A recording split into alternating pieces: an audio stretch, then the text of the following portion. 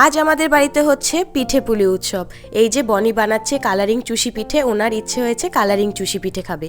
দিদি আর আমি মিলে বানাচ্ছি পুলি পিঠেগুলো।